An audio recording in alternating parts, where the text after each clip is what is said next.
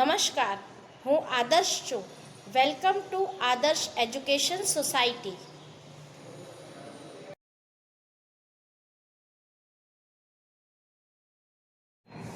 सुप्रभात बाल मित्रों, कैसे हो? मजे में ना सब? बच्चों, हमारे समाज में और हमारे जीवन में संतों का, कवियों का और लेखकों का बहुत ही ज़्यादा महत्व है, क्योंकि संत अपनी वाणी से हमारे अंदर अनेक प्रकार के सकारात्मक विचारों का संचार करते हैं।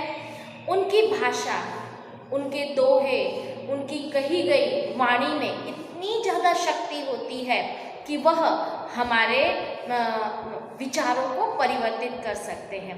साथ साथ समाज में जो बुराइयां फैली है, उन बुराइयों का दर्शन वो हमें अपने दोहों के माध्यम से, अपनी वाणी के माध्यम से करवाते हैं और साथ साथ उन्हें दूर करने के उपाय भी बताते हैं। कवि है, संत हैं, उनका मानना है कि कोई भी व्यक्ति है वो अपने कर्म से ही बड़ा माना जाता है। उच्च कुल में जन्म लेने से आप बहुत ज़्यादा बड़े नहीं बन जाते हो, परंतु यदि आपका कर्म है वो उच्च कुल के समान है तो आप नीच कुल में जन्म लेने के बाद भी आप उच्च कुल के कहलाने के हकदार हैं। इंसान का कर्म ही उसे नीचा या ऊंचा बनाता है। तो हमारे समाज में, हमारे जीवन में उनके द्वारा जो कविताएं लिखी गई हैं, उनके द्वारा जो दोहे लिखे गए हैं, लेख लिखे गए हैं, वह हमें जिंदगी जीने का एक प्रबल, हम कह सकते हैं, माध्यम है। उनके दोहे नीति संबंधी होते हैं जो हमें जीवन में विकट से विकट परिस्थितियों में भी किस तरह आगे बढ़े उसका मार्गदर्शन करते हैं। साथ साथ आत्मा और परमात्मा का मिलन किस तरह से हो सकता है वह अपनी वाणी के द्वारा हमें बताते हैं। कुछ ज्ञान मार्गी शाखा के कवि ऐसे होते हैं जो मूर्ति पूजा का सख्त विरोध करते हैं, परंतु मन को चंगा अर्थात बहुत ही ज़्यादा स्वच्छ और निर्मल रखने के लिए कहते हैं। जैसे कबीरदास जी कहते हैं, कबीरा मन निर्मल भया जैसे गंगा नीर, ताके पाछे हरे फिरे कहत कबीर कबीर। कहने का मतलब यही है कि यदि आपका मन है, पवित्र है, गंगा जल जिसे पवित्र माना जाता है और उसके स्नान से लोग पवित्र हो जाते हैं, उसी तरह यदि आपका मन है वो गंगा जल के तरह पवित्र होगा तो आपको ईश्वर को खोजने की कहीं भी जरूरत नहीं पड़ेगी। ईश्वर स्वयं आपके पीछे पीछे आ जाएंगे। क्यों?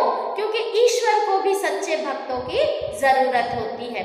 तो यही कवि है जो अपने दोहों के माध्यम से हमें ईश्वर तक के जाने का रास्ता बताते हैं।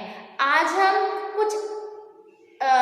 हम एक ऐसे कवि के बारे में जानते हैं कि जो नीच कुल में जन्म लेते हैं पर फिर भी उच्च कोटि के संत के रूप में सबके सामने आते हैं। तो आइए बच्चों, हम लेसन नंबर 1, प्रभु जी तुम चंदन हम पानी, यह कविता है जिसके कवि रैदास हैं। रैदास जी का जन्म है वह सन 1388 ईस्वी में माना जाता है। उनकी मृत्यु सन 1518 ईस्वी में हुई थी, ऐसा अनुमानित है, अर्थात अंदाजा लगाया गया है। उनके पिता का नाम रघु अर्थात संतोष दास है। उनकी माता का नाम है कलसा देवी। उनकी पत्नी का नाम है लोना। उनके पुत्र का नाम है विजय। ऐसा कहा जाता है कि उनका जन्म चमार कुल में अर्थात नीची जाति में हुआ था। उनका व्यवसाय था चमड़े का कार्य करना। उन्होंने अपने इस कार्य को सहर्ष यानी खुशी खुशी अपना लिया था। फिर ऐसा कहा जाता है कि यह ज्ञान मार्गी शाखा के कवि थे और चित्तौड़ के राणा सांगा की रानी झालसा देवी थी, वह उनकी शिष्या थी। मीराबाई ने भी उन्हें अपना गुरु माना था। ऐसा कहा जाता था कि यह कबीर के समकालीन थे। कबीर ने इनके अपने दोहों में इनका वर्णन किया है। तो आइए अब हम इनका परिचय पढ़ते हैं। संत कवि रैदास कबीर के समकालीन महान संत थे। रैदास को रविदास के नाम से भी जाना जाता है। अलग अलग जगहों पर इनको अलग अलग नाम से पुकारा जाता है, परंतु रविदास और रैदास के नाम से वह प्रसिद्ध हुए हैं। यह माना जाता है कि संत रामानंद जी के शिष्यों में से एक थे। ऐसा माना जाता है, यकीनन नहीं कहा जा सकता है कि यह उनके शिष्य थे। ये काशी में रहते थे, पढ़े लिखे नहीं थे, अर्थात इनका जन्म काशी में हुआ था। ये पढ़े लिखे नहीं थे, मगर उनकी साधना उच्च प्रकार की थी। उनके पदों में अनन्य भक्ति भाव की अभिव्यक्ति है, अर्थात उनका जो ईश्वर के प्रति भक्ति है वो बहुत ही ज़्यादा गाढ़ है, वह उनके पदों के माध्यम से हमें देखने को मिलती है। संत कवि रैदास ने भक्त और भगवान के अटूट संबंध की पुष्टि अपने पदों में की है। ईश्वर और शिष्य के बीच में, यानी गुरु और शिष्य के बीच की तरह भगवान और भक्त के बीच में एक अटूट मतलब जो टूटे ना, एक ऐसा संबंध है, उसको उन्होंने अपने पदों में बताया है। आत्मा परमात्मा का मिलन सोने में सुहागे की सुगंध की भांति उत्तम बताया है। सोने में सुहागा यानी एक प्रकार का क्षार द्रव्य होता है। क्षार द्रव्य सोने को गलाने के लिए सुहागे का उपयोग किया जाता है। बहुत ही ज़्यादा उत्तम, भांति यानी बहुत ही ज़्यादा श्रेष्ठ बताया है।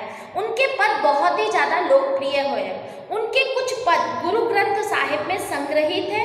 बोलचाल की भाषा सहज सरल में है। 200 से अधिक पद उन्होंने लिखे हैं।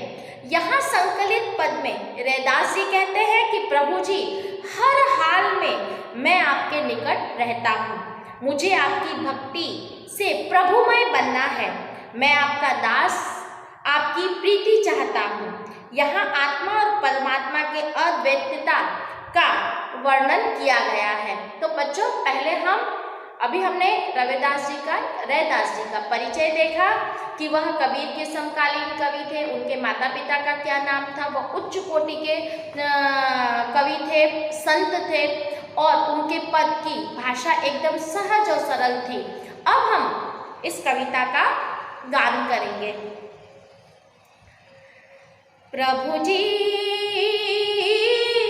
तुम चंदन हम पानी, प्रभु जी तुम चंदन हम पानी, जाकी अंग अंग बास समानी, जाकी अंग अंग बास समानी, प्रभु जी तुम चंदन हम पानी, प्रभु जी तुम घन बन हम मोरा, प्रभु जी तुम घन बन हम मोरा, जैसे चितवत चंद चकोरा, प्रभु जी तुम चंदन हम पानी, प्रभु जी तुम दीपक हम बाती, जाकी ज्योति बरे दिन राती, जाकी ज्योति बरे दिन राती, प्रभु जी तुम चंदन हम पानी, प्रभु जी तुम मोती हम धागा, प्रभु जी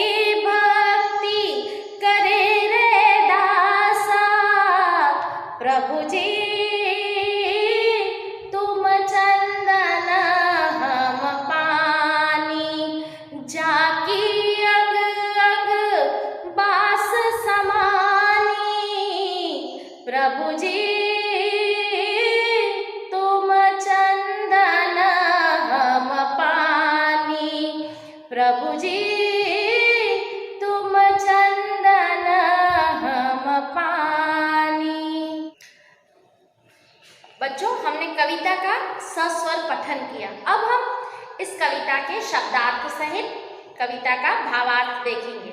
तो अब हम पहली 2 लाइनें देखते हैं। प्रभु जी तुम चंदन हम पानी, जाकी अंग अंग बास समानी। मैंने यहाँ पर शब्दार्थ लिखे हैं। जाकी, जाकी यानी जिसकी, अंग अंग यानी शरीर के पूरा सभी अंग में, बास, बास का अर्थ होता है बू, बदबू, गंध, परंतु यहाँ पर हम सुगंध से लेंगे। समानी यानी समा जाना।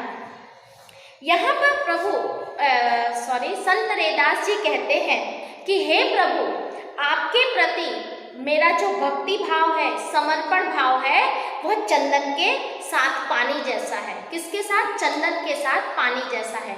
जब चंदन को पानी के साथ मिलकर घिसते हैं तो पानी में भी चंदन की खुशबू है वो पूरी तरह से फैल जाती है। उसी तरह प्रभु जी आप चंदन हैं और मैं पानी की तरह हूँ, और आपकी सुगंध रूपी भक्ति भाव, आपकी सुगंध रूपी भक्ति भाव के माध्यम से मेरे संपूर्ण शरीर, शरीर यानी पूरे अंग अंग में व्याप्त हो चुकी है, फैल चुकी है।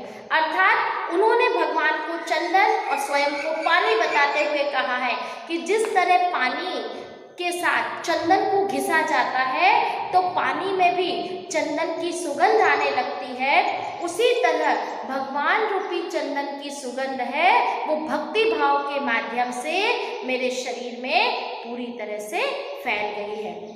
अब दूसरी 2 पंक्तियां देखते हैं। प्रभु जी तुम घन बन हम मोरा, जैसे चितवत चंद चकोरा। अब यहाँ पर बताए घन, घन यानी बादल, मोरा यानी मोर, चितवत, चितवत यानी देखना। अब यहाँ पर चितवत, चितवत। अब यहाँ पर कवि कहते हैं, संत रैदास जी क्या कहते हैं? हे प्रभु आप मेरे लिए बादल जैसे हैं और मैं आपके लिए जंगल का मोर, वन यानी जंगल, जंगल के मोर के समान मैं अपने आप को मानता हूँ। जैसे वर्षा ऋतु के आते ही काले काले बादलों को देखकर मोर है वो खुश होकर नाचने लगता है, खुशी में मग्न हो जाता है, उसी तरह मैं आपको देखकर, चितवत यानी देखना, मैं आपको देखकर, आपको निहार कर मैं मदमस्त हो जाता हूँ, बहुत ज़्यादा प्रसन्न हो जाता हूँ। तो हे प्रभु आप है चंद्र के समान है और मैं चातक पक्षी के समान हूँ। जिस प्रकार चातक पक्षी लगातार चंद्र को देखता रहता है, उसी प्रकार मैं सदैव आपकी भक्ति में डूबा रहना चाहता हूँ। मैं हमेशा हमेशा के लिए आपकी भक्ति करूँ, यही मेरा मन चाहता है। अब उसके बाद की लाइनें देखें। प्रभु जी तुम दीपक हम बाती, जाकी ज्योति बरे दिन राती। दीपक यानी दिया, बाती, बाती यानी बत्ती, जाकी यानी जिसकी, ज्योति, ज्योति यानी ज्योति, बरे यानी जलना, दिन राति यानी दिन रात। अब यहाँ पर कवि कहते हैं, अर्थात संत रविदास जी कहते हैं कि हे प्रभु मेरी भक्ति है वो दीपक में जलने वाली बाती की तरह है। मेरी भक्ति किसकी तरह है? दिए में जलने वाली बाती की तरह है। जिस प्रकार दीपक में की बाती अपने आप को जलाकर दीपक के साथ हमेशा हमेशा संबंध बनाए रखती है या सुख का अनुभव करती है, उसी प्रकार मैं अपना अस्तित्व, अपने आप को खोकर मैं केवल आपकी भक्ति करना चाहता हूँ, ऐसी इच्छा है।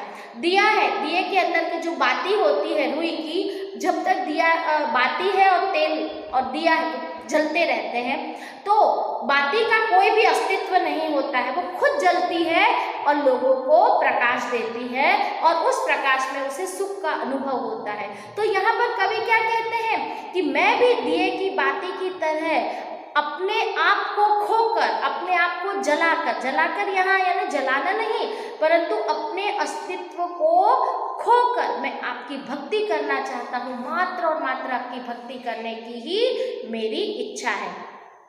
अब उसके बाद की लाइनें देखें। प्रभु जी तुम मोती हम धागा, जैसे सोने ही मिलत सुहागा।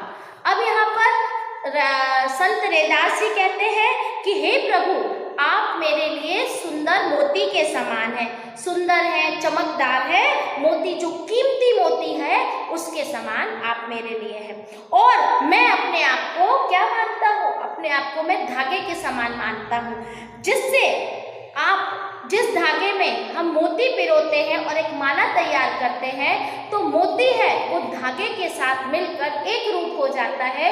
तो यहाँ पर संत रैदास जी कहते हैं कि जिस प्रकार मोतियों की माला का धागा है वो मोतियों से सदैव जुड़ा रहता है, उसी तरह मैं भी अपनी भक्ति के माध्यम से मैं आपके साथ एक ऐसा गाढ़ संबंध बनाना चाहता हूँ जो हमें अलग ना कर सके।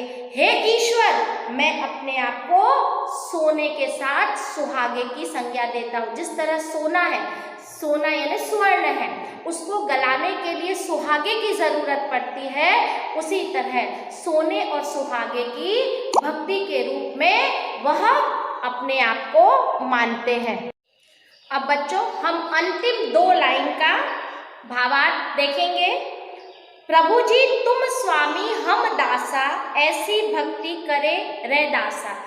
स्वामी यानी मालिक, दासा यानी गुलाम। यहाँ पर संत रैदास जी कहते हैं, उन्होंने भगवान से क्या कहा है कि हे प्रभु, आप मेरे मालिक हो, आप हमारे स्वामी हो, और मैं अपने आप को पूरी तरह से समर्पित कर देने वाला आपका सेवक हूँ। वे और यह भी कहते हैं कि हे प्रभु, मेरी भक्ति भी इसी प्रकार की है। मैं तो हूँ ही, साथ साथ मेरी भक्ति में भी संपूर्ण समर्पण है।